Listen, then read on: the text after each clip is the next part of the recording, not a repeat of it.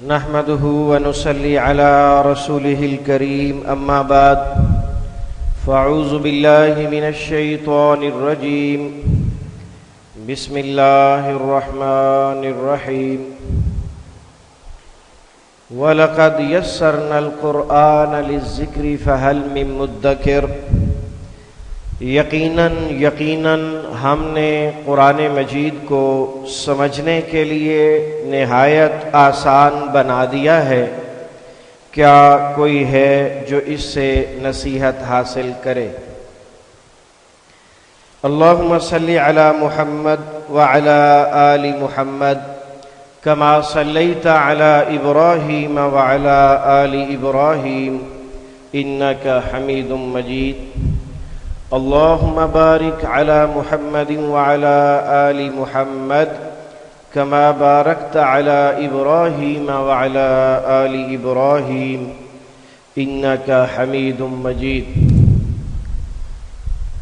معزز سامعین، قرآن فہمی کا یہ عظیم الشان پروگرام ادارہ بیت القرآن لاہور کی جانب سے بتعاون الہدیٰ ایجوکیشنل انسٹیٹیوٹ آپ تک پہنچایا جا رہا ہے۔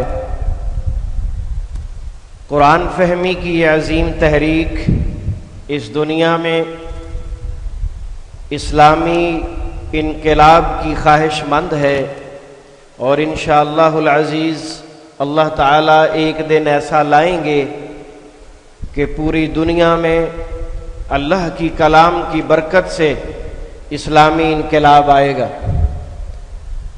قرآن کو سمجھنے کی کلاس میں ہم شریک ہیں۔